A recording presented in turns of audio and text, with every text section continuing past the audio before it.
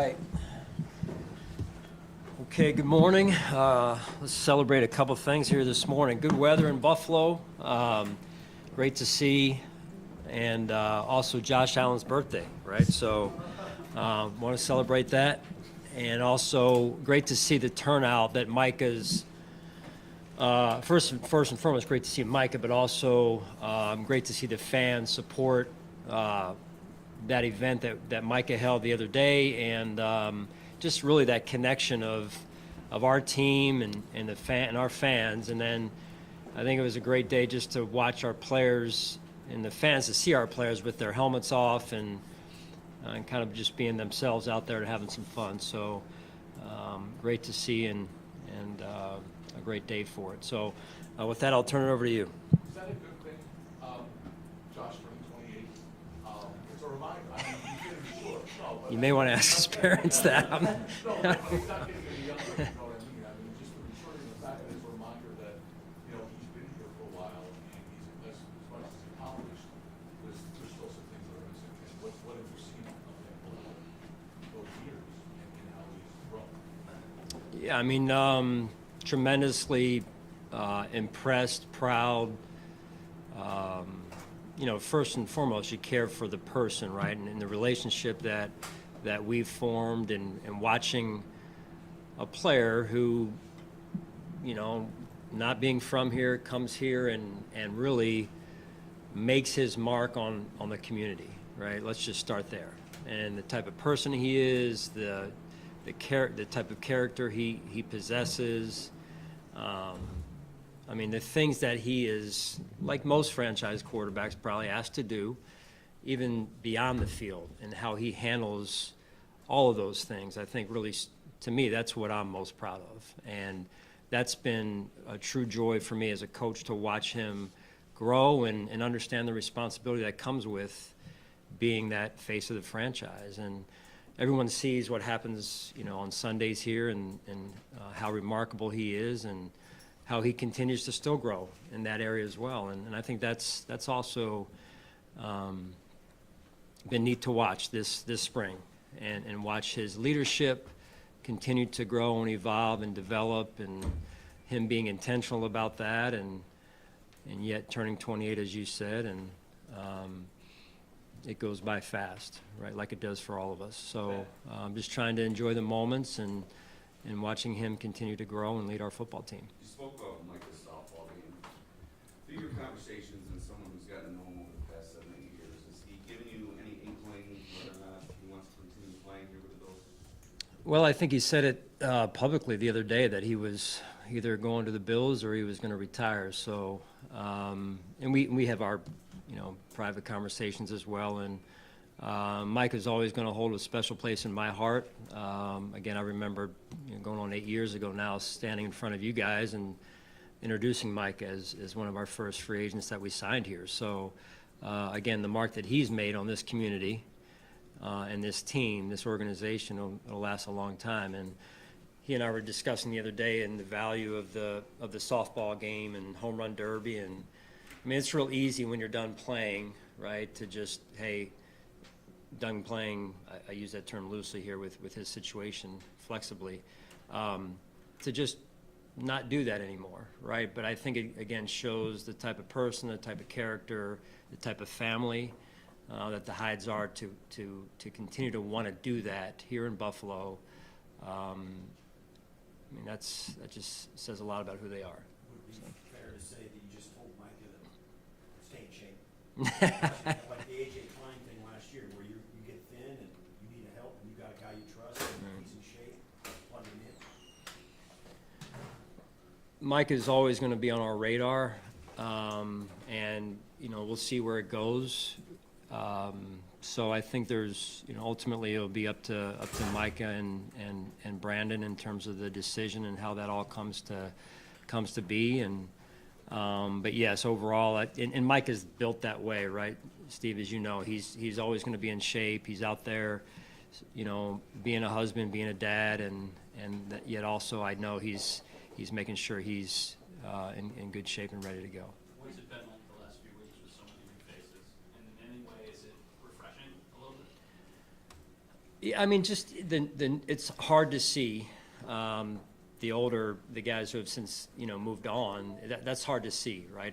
But it's a necessary part of our business. But the new faces, getting those players up to speed, there's kind of a new excitement around, new energy, having to tell players how to get to the cafeteria, how to get to and where the team meeting room is.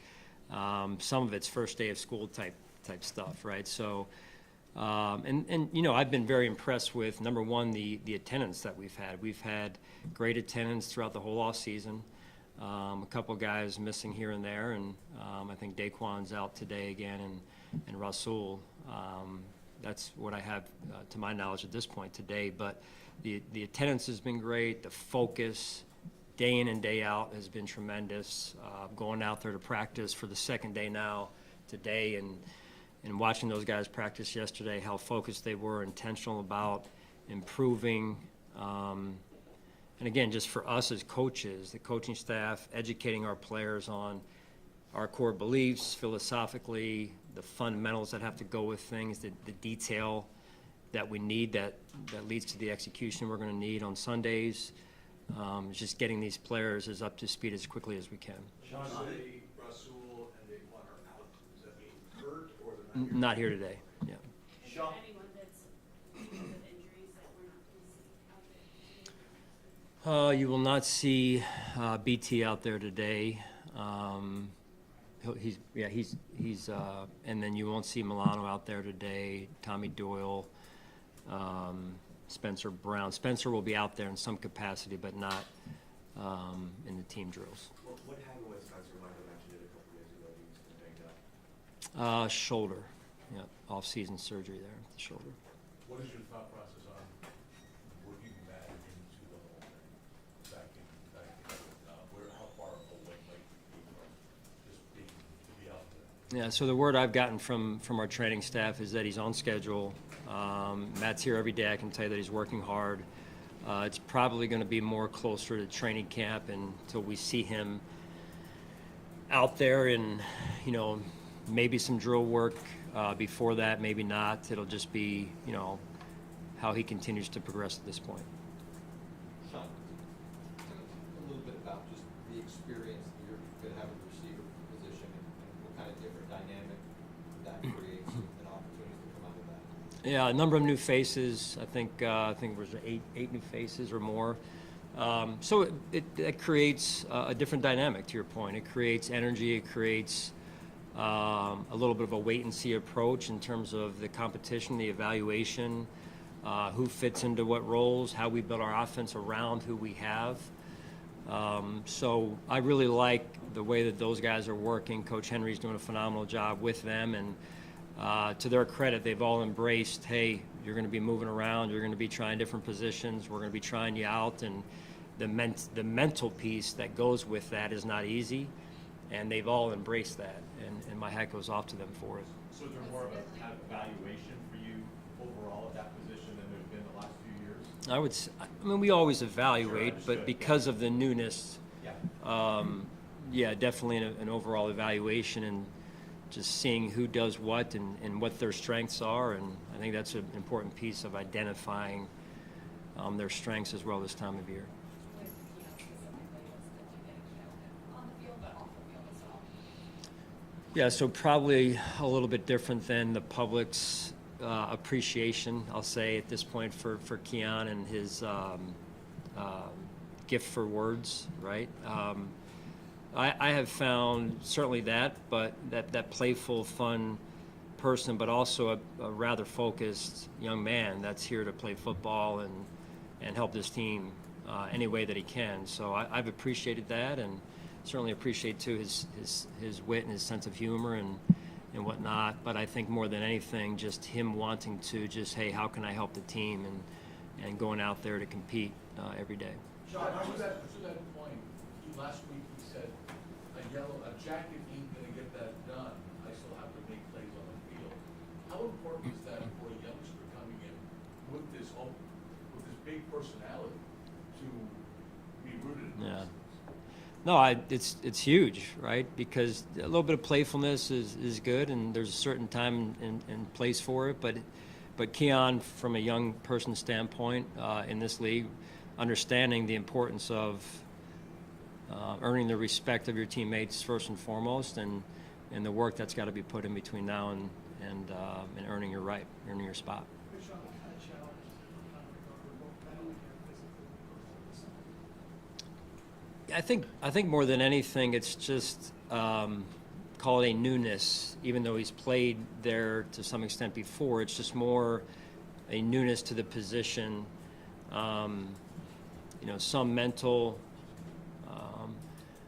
but Connor is just wired in such a way that he was probably already going through that in his mind a year ago, because last year, he was in a role where he could have been moved over, in the course of a game to back up Mitch, what have you. So he's just so mentally consistent in his day-to-day approach, and I think that's really going to help us. Sean, do you have discussions with the second-year guys who had some success last year, Dalton, Cyrus, those guys, to make sure that they're doing even more going into year two? Discussions, yes. To do even more, I think you got to be careful there, right? Of, hey, expectations changing means that this player has to do now this as opposed to doing this. Those guys are driven already that way. That's the thing with high achievers. They're always going to be, hey, how can I take another step? To your point, Josh. However, I think it's just important that they continue to grow, and whether it's on the field, whether it's some leadership capacity in terms of their growth and how they're, adding value to the team, I think that's all in due time, right? So I just think that, again, just they know what they want to get done, and helping them along the way without them going out there and feeling like they have to grip the bat tighter or other analogies that are used. Just continue to grow, continue to improve, and you'll help us win games. Where are you on your timeline, or your process of determining who's going to call defensive plays? Yeah, not there. Sal, again, it's probably a more fair question at this point, when we're in the middle of the training camp probably. So I won't make a decision before then. If I do, I'll let you know. But I think you guys can put that question in your back pocket until middle of training camp. I would say. How's it look then in OTAs, Coach? Do you kind of like, I guess, what it looks like on the field? Does Bobby get a little bit of kind of time to do that a little bit? Do you do that and kind of work through it? How does it look? Well, yes, but prematurely a little bit. We've only been out there for one practice, so a lot of our practice early on is always scripted. So there's very little, if any, play calling going on. It's more scripted out practices, scripted out situations. How much will you factor the 3 preseason games into whatever decision you come to, or what you're comfortable with about keeping it or giving it to Bobby? Is there a plan of you're going to call the plays here in the preseason for 3 games or something like that? Well, I think, Tim, to your question, there's going to be intentionality on my part to make sure that whether it's practice or preseason games that Bobby's given that opportunity. So it's just a matter of when and for how long, right, that we do that. So being a former play caller myself, former being 6 years before I got here, and then last year again, you're always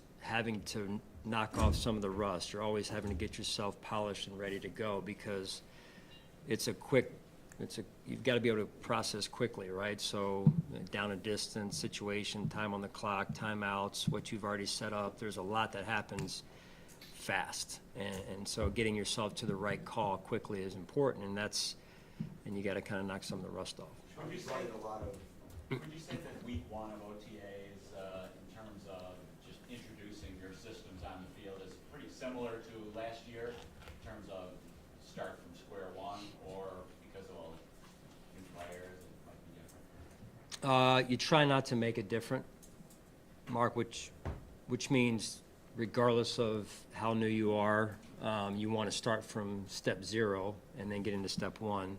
That said, yeah, there's quite a number of new faces, as has been mentioned a number of times, and so it's not assuming anything at this point, right? Not assuming, that a player coming to us, even from another team, knows, what we value, right, and how we expect to play technique-wise, fundamentally, so on and so forth. Sean, you guys have brought in a lot of pieces in the wide receiver room. Chase Claypool, one of them, had a bunch of ups and downs. What went into the conversations and bringing him in, and what have been your impressions since he's been on? Yeah, very impressed with Chase. Really just starting with his approach. Here's a veteran receiver, former high pick, that has been on a journey, right, through the course of recently his career, and I applaud Chase for coming here to, see where things go, right, and so he's very focused. He's working extremely hard day in and day out, and embracing not just the wide receiver role that he could play for us, but also the special teams role that he could play for us. So you don't find that a lot around the NFL, where a player has been at a certain level and then is on a mission right now to reclaim what he once was in that regard. And those are my words, maybe not fair to Chase, respectfully, but I would just say, like, very impressed with his day-to-day approach. True pro, high character, smart player, and have been a good addition to our team. Sean, along those same lines, what did you like about this game as well? Yeah, so, similar conversation, I would say. So, veteran player, I think he's won 2 Super Bowls, if I'm not mistaken, and played with, good offenses, good quarterbacks, and you learn from those situations, right, when you go through those. And I've enjoyed our short, albeit time together, just learning some of the things that he's picked up along the way. And again, just a guy that seems like, again, short exposure, but he's focused on helping a team and adding the value that he can add to our football team. Sean, can you talk about the report that the team's going to add John Perry on staff? Sorry? John Perry, the referee, commentators, there was a report that the team was going to add him. Can you talk Yeah, about no, that? that's accurate. Yeah, so fortunate that we can add John to our staff. I think it basically just is, to me, easiest put, that you're always looking to improve, right? We had a similar role on staff last season, and now we had a chance to add John, who's basically been in the seat in some capacity in the role that he possessed with the broadcast over the last couple of years, at least, that I'm aware of, on Monday nights there, with going under the hood, albeit on television, to review plays and everything, and more, I think that's getting more attention, and it'll play a more, as we go, pivotal role in games, and you guys see it every week, right? So it's just trying to, by the nth degree, continue to find ways to make us better, and whether it's reviewing plays, being experts in the rules, managing games, all those things. So even Monday through Saturday, some of those areas, I just think you can never get enough of it. Will his responsibilities go beyond game day on Sunday then? Yes. Yeah. Sean, how beneficial is it, especially this time of year, to bring in guys when they're new, like Mike Edwards, who is familiar with the same type of system he's had in Kansas City, even D, late in the process here to get him, play for Todd, go out there now, and it's a little bit, maybe similar in a lot of ways. How beneficial is that this time of year? With Mike, you were saying? Mike Edwards and D Delaney as well, who've had a little bit of kind of familiarity with the same type of system. Yeah, I mean, you're talking, again, a couple of veteran players that have seen Mike in this case. I'll speak more on Mike's situation, just been around him a little bit longer. He's seen some success as well in his career, and you take some things out of those experiences. And I should add, Mike's dealing with a little bit of a shoulder right now for the next 3-4 weeks. But beyond that, he's been a good addition to our team, and really liked the way he played this past season, in particular with Kansas City, and the seasons before that with Tampa. Sean, how do you feel about where Vaughn is physically and his ability to maybe get back to closer to where he was before the injury?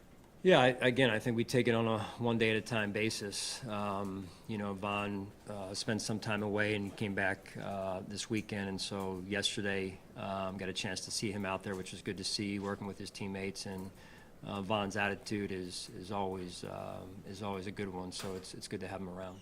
Sean, you Last touched, we talked to you about Austin Johnson was the word that met, and it was like, oh, that was still in progress, so looking like now get to see him around here, or get to know him more. Yeah, you know, a veteran player again that has experience, and he's a fun guy to be around. He likes to joke around, and yet he knows, based on the position he plays, it gets serious awfully fast, right, when you're inside, in particular on those line of scrimmage, in those line of scrimmage roles. So I've enjoyed getting to know him and some of his sense of humor as well. Sean, you touched on it a little bit earlier. This is the last one, and I gotta go here, so. You touched on it a little bit earlier, the turnover, it happens every offseason. Yeah. How much different was it this time around because of the guys who've been here so long with you, Tre'Davious and Micah and Jordan, just guys who've been here, Mitch Morris, guys who've been here a long time? Yeah, those are guys that I'll take with me for years, you know, the rest of my life, right? Our relationships, the memories that we've had over the years, again, the mark that they've made on this organization and this community, and can't thank them enough. But our relationships will continue, and so that piece is hard. At the same time, you know, it's the job that we're in. It's the duty that we're called to do, and that's onboard new players, right? Onboard new staff as well, and so we're working hard to get those guys up to speed as quickly as we can and get them going here. Thanks, Sean. Thanks, guys. Practice access will begin at 12, starting with some walkthroughs.